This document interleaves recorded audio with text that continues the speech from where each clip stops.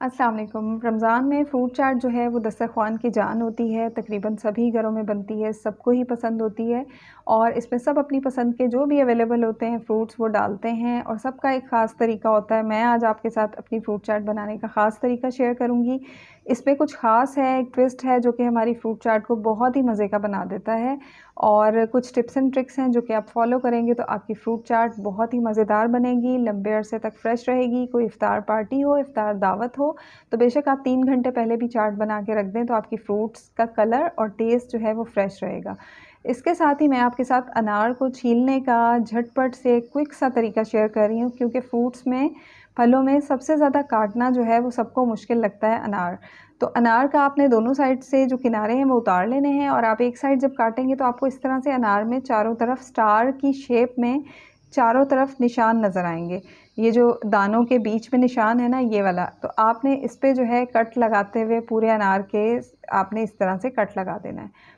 तो चारों तरफ से कट लगाएँगे बिल्कुल जैसे स्टार की शेप में तकरीबन ये बन जाएगा, तो उसके बाद जब आप इसको खोलेंगे ना, तो ये बहुत ही आसानी से खुल जाएगा। कुदरत की तरफ से इसमें ये निशान दिए हुए हैं, तो आप इनको इसी पे कट्स लगाते हुए खोलेंगे, तो आपका अनार फटाफट से क्विक से खुल जाएगा, बीच का पोर्शन भी आसानी से अलग हो जाएगा और उसके बाद आपने बस क्या करना है कि इसको हाथ में लेना है और ऊपर से कोई हैवी चीज़ मारनी है, कोई चम्मच मार लें या फिर छुरी की बैक साइड मार लें, तो आप देखेंगे कि अनार के दाने ख़ुद ब ख़ुद फटाफट से जो हैं वो सारे के सारे निकल जाएँगे। आपको बिल्कुल मेहनत नहीं करनी पड़ेगी। 5 मिनट के अंदर तमाम अनार के दाने जो हैं वो आसानी से बाहर आ जाएँगे और आप बग़ैर टाइम वेस्ट किए, बग़ैर मेहनत लगाए आप अनार जो है वो आसानी से निकाल लेंगे। थोड़े बहुत जो बचे हैं उसको हाथ से इस तरह से निकाल लें और उसके बाद यहाँ पे मैंने लिए है सेब, तो सेब को भी हमने काटना है। फ्रूट चाट बनाएँ तो जो फ्रूट्स हैं उनको बहुत ज़्यादा बारीक मत काटा करें। मीडियम दरमियाने साइज़ में काटेंगे तो फ्रूट चाट जो है वो देखने में भी अच्छी लगेगी और टेस्ट भी ज़्यादा मज़े का लगेगा। हर फ्रूट का अलग-अलग जायका आएगा। अगर ज़्यादा बारीक काट देते हैं तो वो फिर एक खिचड़ी सी बन जाती है, जो ना देखने में अच्छी लगती है, ना ही खाने में अच्छी लगती है।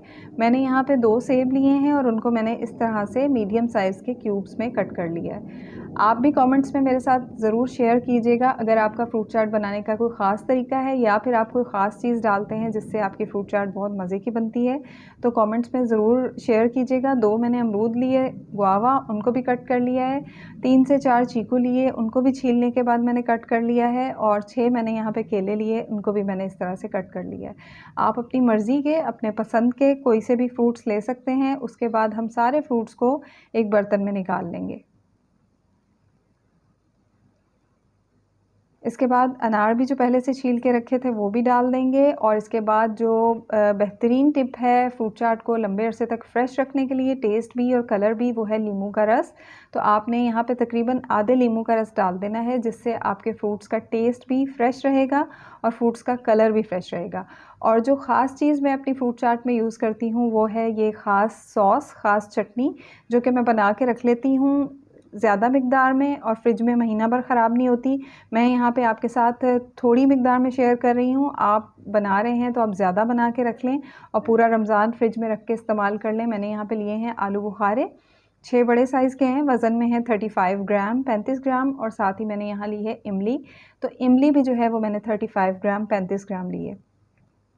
तेज़ गरम पानी डालना है और ख़्याल रखिएगा कि जब भी आप किसी चीज़ में तेज़ गरम पानी डालें तो प्लास्टिक के बर्तन में नहीं डालें, या तो स्टील के बर्तन हों या फिर शीशे के बर्तन हों, तो उसमें आप तेज़ गरम पानी डालें। तो तेज़ गरम पानी डाल के हम इनको कवर करके तकरीबन आधे घंटे के लिए छोड़ देंगे।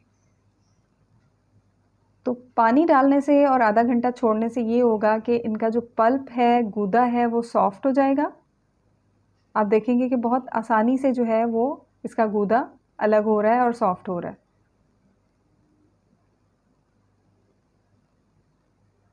इसके बाद हम इसको डाल लेंगे किसी पैन में, बर्तन में, आलू बुखारे को भी और इमली को भी। साथ ही यहाँ पे मैंने 1 कप पानी डाल दिया है, जो पहले से उसमें पानी था इमली और आलू बुखारे में वो भी शामिल कर दिया जो कि तकरीबन आधा कप था। आधा चाय का चम्मच काला नमक, आधा चाय का चम्मच नॉर्मल वाला नमक और आधा चाय का चम्मच चाट मसाला और 1/4 चाय का चम्मच या 2-3 चुटकी काली मिर्च और आधा चाय का चम्मच कश्मीरी लाल मिर्च डालेंगे, इससे कलर अच्छा आता है। अगर नहीं है तो आप नॉर्मल वाली लाल मिर्च थोड़ी डाल लें। और इसको हम रख देंगे चूल्हे पे पकने के लिए। और जो काला नमक है वो आधा चाय का चम्मच से थोड़ा कम डालिएगा, क्योंकि नॉर्मल नमक भी डाला है, चाट मसाले में भी नमक होता है। और जब ये पकना शुरू हो जाए तो हम इसमें डाल देंगे ब्राउन शुगर, शक्कर। आप इसकी जगह में गुड़ भी डाल सकते हैं, इससे हमारी चटनी में बहुत ही मज़े का खट्टा मीठा टेस्ट आएगा। और इसको हमने पकाना है तकरीबन 10 से 15 मिनट, 15 से 20 मिनट, या जब तक हमारे ये जो आलू बुखारे और इमली हैं वो अच्छे से कुक हो जाएं और अच्छे से सॉफ़्ट हो जाएं और हमारा पानी जो है वो आधे से थोड़ा ज़्यादा रह जाए, इतना हमने कुक करना है। और इसके बाद जो है ठंडा करने के बाद हमने इसमें से गुठलियाँ निकाल लेनी हैं, इमली की भी और आलू बुखारे की भी। उसके बाद हमने इसको ब्लेंडर में डाल के और अच्छी तरह ब्लेंड कर लेना है। रेसिपी वीडियो अच्छी लगे तो प्लीज़ लाइक कर दीजिएगा। चैनल पे अगर नए हैं तो चैनल को सब्सक्राइब कर दीजिएगा। बेल आइकन घंटी का निशान दबाने से आपको आने वाली वीडियोस की नोटिफिकेशन सबसे पहले मिलेंगी। तो हमारी ये चटनी सॉस बनके तैयार हो गई है। बहुत ही मज़े की खट्टी मीठी ये चटनी सॉस बनके तैयार होती है। इसको आप समोसों पकौड़ों के साथ भी सर्व करें तो बहुत मज़े की लगती है। और फ्रूट चाट में तो ये जान डाल देती है, बहुत ही मज़े का टेस्ट आता है फ्रूट चाट में। तो यहाँ पे आप हस्बे ज़ायक़ा ये चटनी डाल सकते हैं।